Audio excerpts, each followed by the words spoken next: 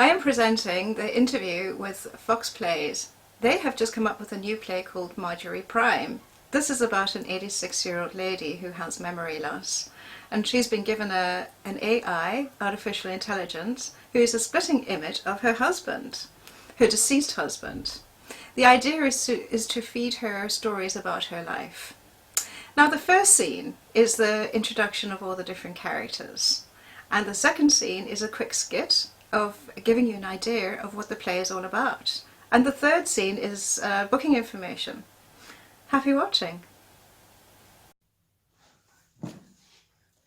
I'm Yvette, and I play Tess, the daughter. I'm Svarupa, and I play Marjorie, the mama. I'm Terry, I'm playing John, Tessa's husband. And I'm Benjamin, I'm playing Walter Prime, the husband.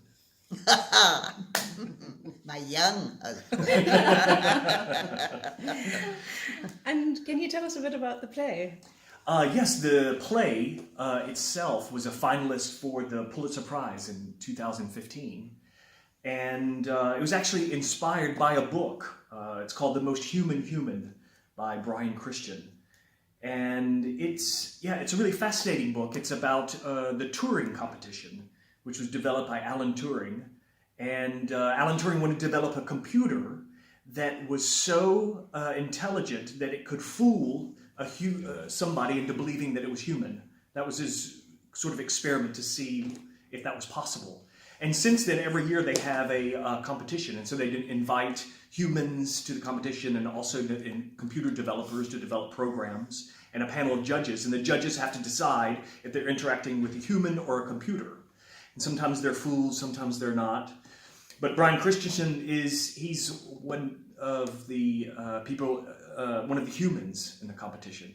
And so the book is an exploration of what he's going to bring to the competition. What is it that really makes us human? And sort of also, is it possible that AI, as it gets more advanced and more human-like, can it in fact inform us about what it is that makes us unique? What is it that makes us actually human in their imitation of us? So I thought that was really kind of philosophically interesting to think about, and obviously the playwright as well. And what would you like your audience to get out of this play?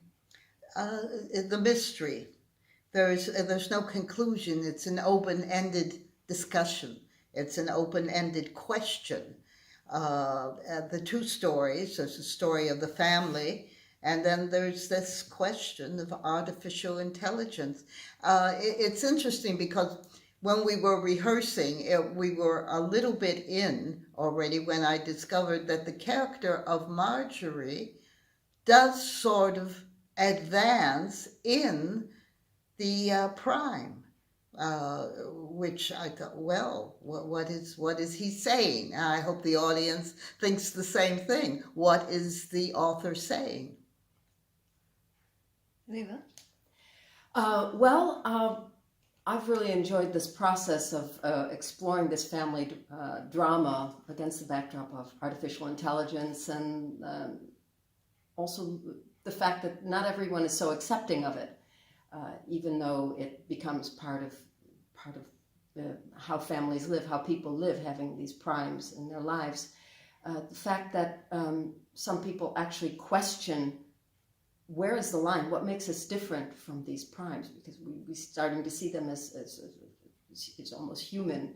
And are they really different from us? Where is our humanity? And I think that exploring this and the tension between us as humans and them as artificial intelligence, and in a family situation, there's a lot of emotions that come up when one is not so accepting of it. And it's also about choices that the characters make, because a prime is not being programmed. The more you talk, the more you will absorb. So up to a certain moment, how much do you want that prime to know about your life? What do you want that prime to be for you personally?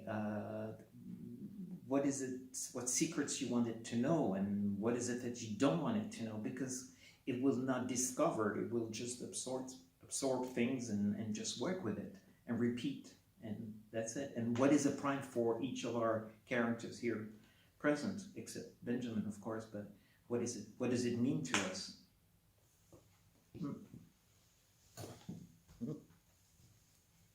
Yes, let's talk.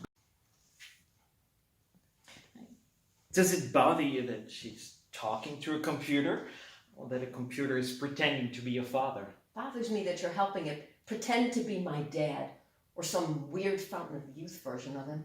But that's the way she remembers him. Both of you are helping it. We're not helping there. That's just the way it works. The more we talk, the more it absorbs. Until we become unnecessary. Isn't that how it goes? Science fiction. Science fiction is here, Jonathan. Every day is science fiction. You know, we buy these things that already know our moods and what we want for lunch, even though we don't know ourselves. And we listen to them. We do what we're told. Or in this case, we tell them our deepest secrets, even though we have no earthly idea how they work. We treat them like our loved ones. Are you jealous? What? No. Of the Prime? You are. Am I supposed to not notice that she's being nicer to that thing than to me? But it's your father she's talking to. It is not my father. You know, the cool part is that it can look things up. It can talk to other primes for practice. You know, it's just like a child learning to speak, except it does it so quickly. I mean, it's company. It's not much different than what we do for her, except it's here all the time. Really? It's no different from us?